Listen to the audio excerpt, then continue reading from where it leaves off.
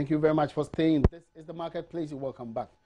Now, the country's second biggest oil field, the GyeNyame and Tome, also known as the 10 field, would start exporting gas to the country's gas infrastructure project at Akufo-Addo in the western region from August this year.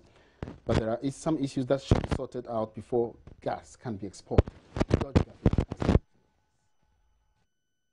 Export sources say would happen after an agreement is reached with the government on the price it will offer for each standard cubic feet of gas sold to the Ghana National Gas Company. Joy Business understands the partners in the 10th field are currently re-injecting the gas to aid crude extraction from the seabed and also some power generation on the John Evans Atamils FPSO. At a time that crude prices are increasing on the international market, this gas could help reduce the cost of power generation in the country, a development that could help stay or reduce utility tariffs in the coming months. The 10 gas export will also help make up for the shortfall in Jubilee gas, which should be shut down again for some 13 weeks from October this year. Government is planning to export the excess gas from the country's oil fields into the West African gas pool as the coming on board of the 10 gas and also the Sankofa GyeNyame gas from next year could lead to excess supply for the country.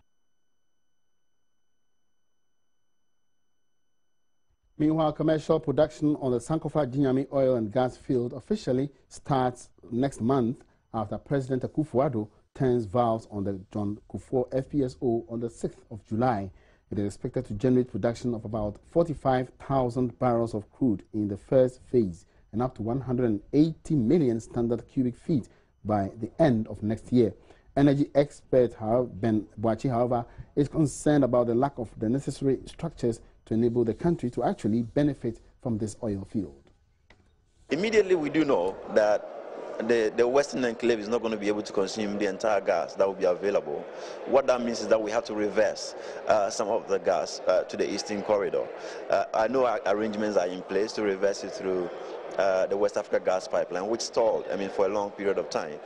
But we would need to hasten that process to ensure that once gas is produced, we are able to consume, we are able to transmit that gas to the West to ensure that gas plants that are in the Eastern Corridor are also using the gas. We have a take-or-pay agreement, with ENI, and once they produce the gas, we should be on the standby to consume the gas. Else, that will also be another cost to the sector. So, some decisions have to be made quickly. We now see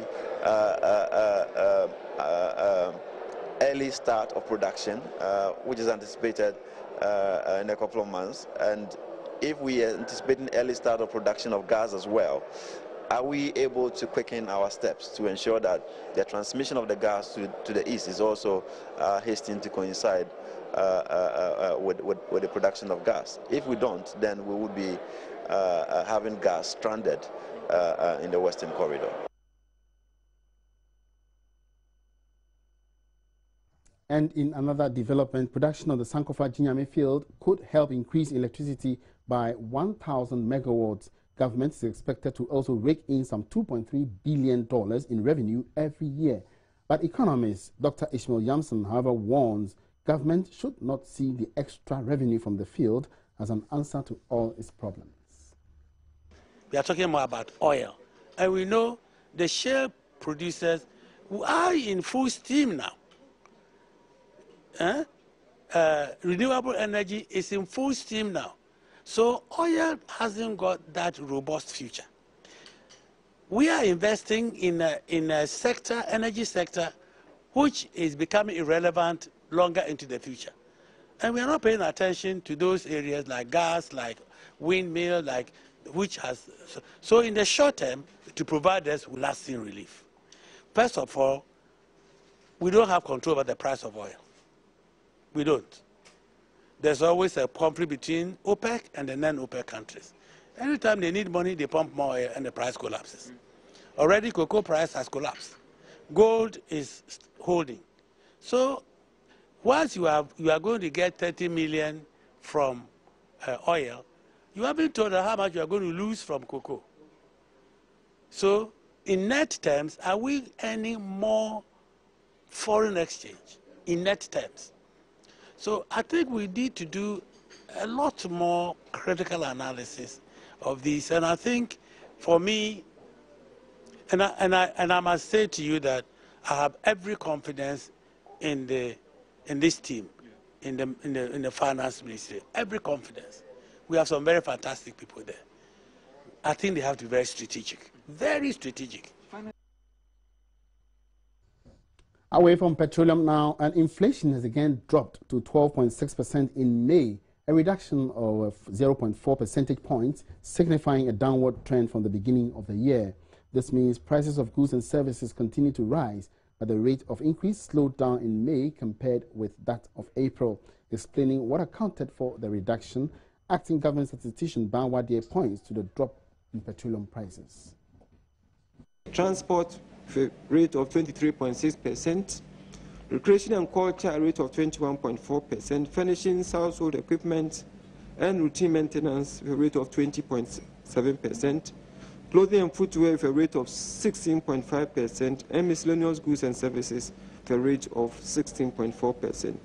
And the price drivers for the food inflation rate were fish and seafoods, a rate of 13.1%, and meat products, 9.8%.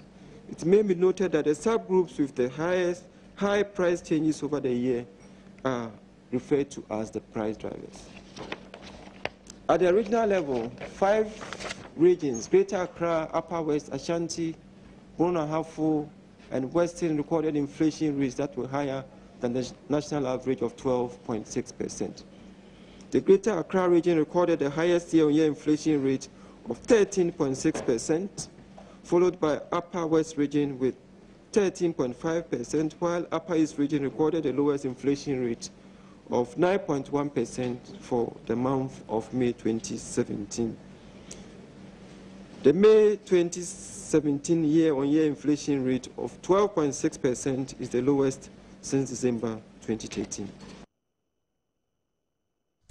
Let's now do some more analysis on this, and we're getting on the phone line to speak with economist Courage Kingsley Marty from Data Bank. Courage, you welcome to the market, please. Yeah, thanks for having me, Mark. Now, 0.4 percentage points drop to 12.6%. That's compared with April. What does it tell you? How do you explain this?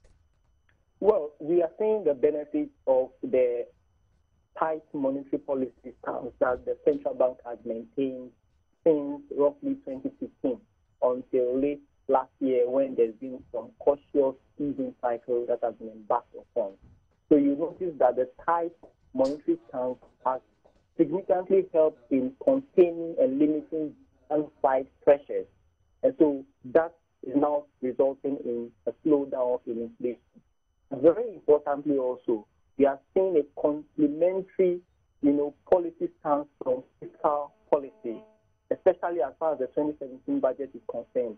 You recall that in the 2017 budget, there was a call for a reduction in the special petroleum tax, which resulted in a reduction in the export prices.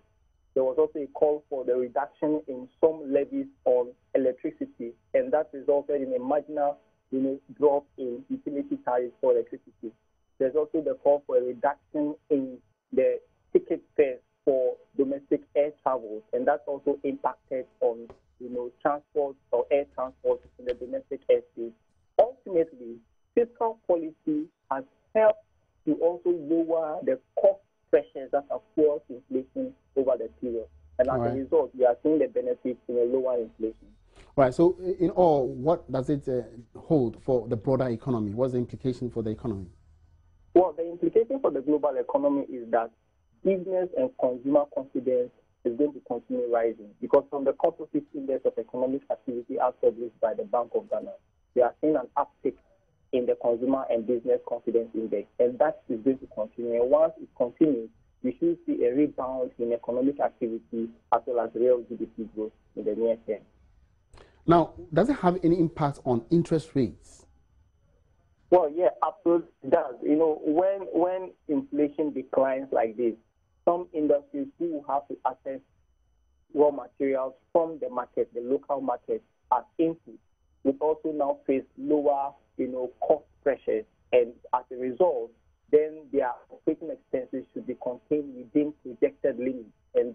bottom line, which is profitability, should also increase over time. All right, so at this point, what should be government's response to ensure sustainability of this downward trend in inflation?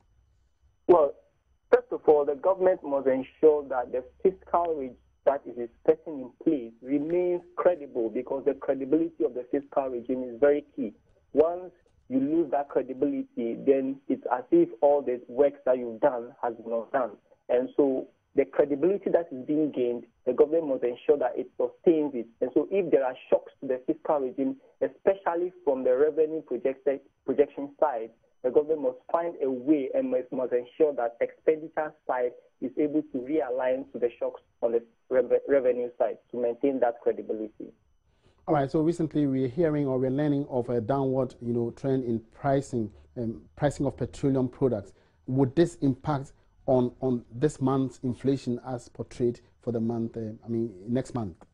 Yes, absolutely. And before I came into this interview, I was just crunching numbers using the latest developments on the world market. And I think that we should see another reduction in inflation for the coming months, because from the look of things, the downward pressure on crude oil price is not going to ease anytime soon, because U.S. is also pumping faster than OPEC could imagine, and that's just exerting further pressure on price. So it is good for inflation going forward, because it will see further decline in the months ahead. Thank you very much, Courage Mate, for that analysis. Courage Mate is economist from Data Bank. We're also trying to reach out to another economist from the Institute of Statistical and Economic Research, Robert Osei, to also share his thoughts on this particular drop in inflation trend. Now let's still move on to our segment here on the marketplace, and there's growing interest in the Anglophone African market by France as she seeks to tap more emerging opportunities in such countries, especially Ghana. However, regional integration of the West African sub-region threatens the viability of the trade and investment potential within the ECOWAS sub-region. In this regard, France is therefore pushing for the removal of all trade barriers that hinder integration of the sub-region.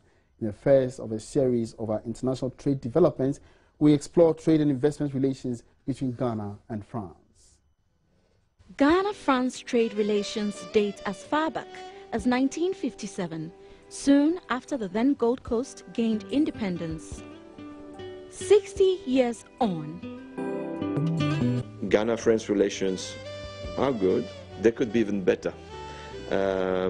Today's bilateral trade, imports, exports, amounts to, depending on the year, between $600–700, even $1 billion, like in $2, like in 2015. And which is a sign of a good, good relations in the long run, enjoy also a total stock of French investment in Ghana of about 1.5 billion euros actually. What I was mentioning for the trade was in euros, with big projects and any kind of size of projects, which means that French companies have been interested for a long time and more interested in setting foot in Ghana. And the reason why I think it will continue to develop in the future is that the sectors which are crucial for Ghana's development in the future, be it in agriculture, be it in tourism industry, or be it on infrastructure as transport or water distribution, sanitation, for instance, as sectors of French excellence. with this belief, France went ahead and set up its chamber in Ghana. So the Chamber of Commerce France Ghana was officially launched in 2014, and in 2015 we got the accreditation of CCI France International. CCI France International is a huge network of 115 chambers of commerce in 85 countries, and it's also a network of CCI France regions in the whole, in all of the regions in France. So it's a huge network that gives us access to more than 35,000 members, so it's quite huge. And here in Ghana, so the association, we are an association of let's say 100 and I think 2 or 3 members, which is quite good for, I mean, we are in an Anglophone country, so it's quite good for French Chamber of Commerce here in Ghana. And our aim is really to increase the businesses between French companies and Ghanaian companies. France and Ghana traded to the tune of €1 billion from 2015 to 2016. The total stock of French foreign direct investments in the country within the same period was even more, €1.5 billion. The chamber is also, because it's a Chamber of Commerce and Industry, France-Ghana, is an interesting organization for Ghanaians themselves, in the sense that they can help bridge some gaps between Ghanaian businesses and other businesses in West African countries.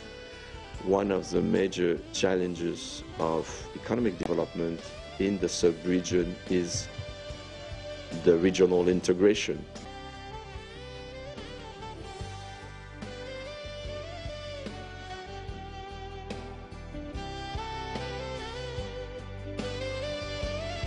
We also have a component in our assistance policy at the European level, which is aimed at helping the SMEs and the businesses and export businesses in Ghana to Europe to grow and develop. We have that policy as well. So this is something we share with our European partners, and we support very much because we think it is in the interest of Ghana to become stronger in terms of exports. So, what are the prospects?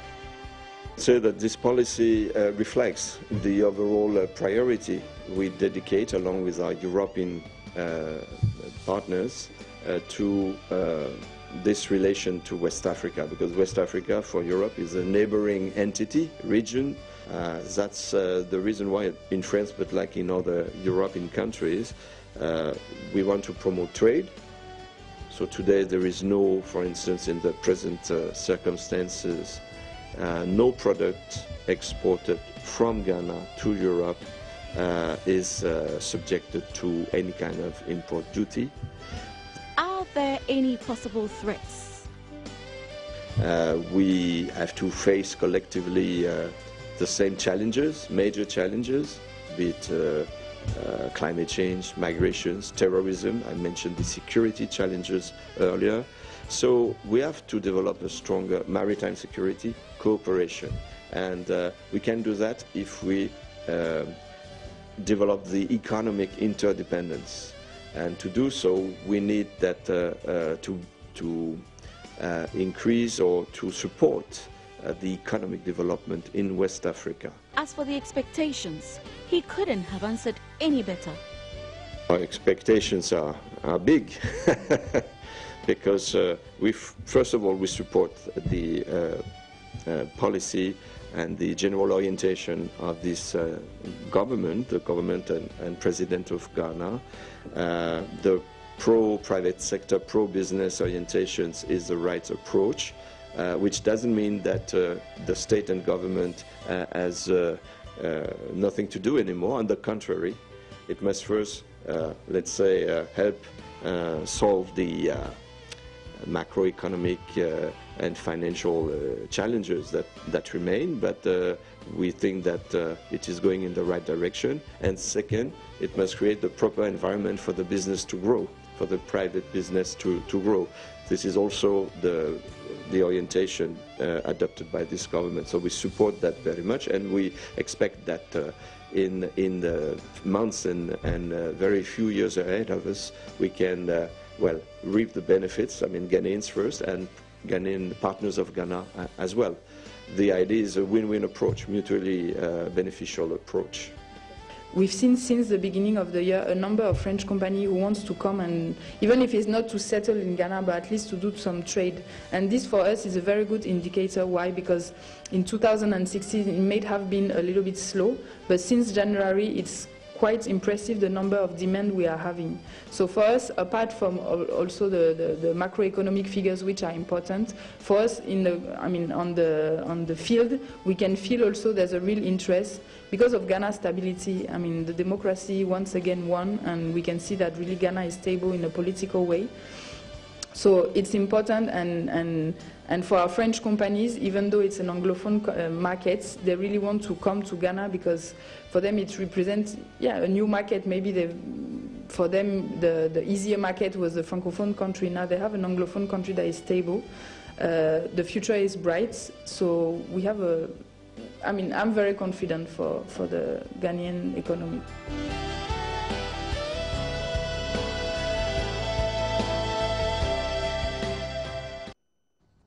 All right, so you make a date again next Wednesday for another edition of the relationship between Ghana and its development partners right here on the marketplace.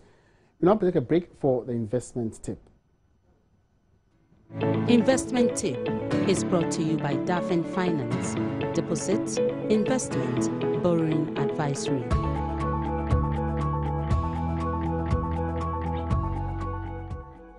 Speak to an investment advisor for more investment options. You can start with an investment product familiar to you and plan to diversify your investment portfolio.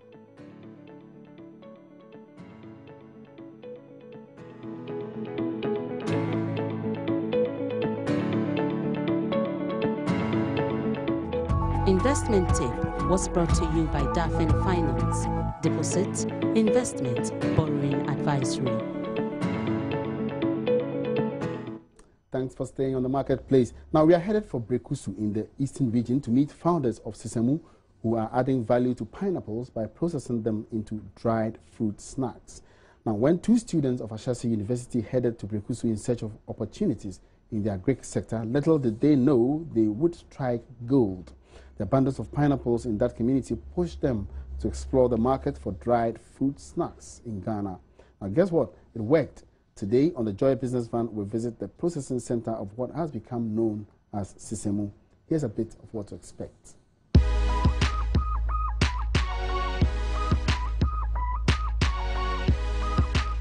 Sisemu means change in the local Akan dialect, and change is exactly what Emmanuel Ampedu Jr. and his team sought to do when they visited the farming community of Brekusu in the eastern region some 5 years ago. And we engaged the farmers and we realized that, number one, they don't have markets for their pineapple. Number two, even if they get markets, the prices very low. Can you imagine they can buy one pineapple that weighs 1.2 kilograms for 40 pesos, which is very bad. And so the farmers don't make any money and they end up using their farms as collateral. That started an amazing entrepreneurial journey.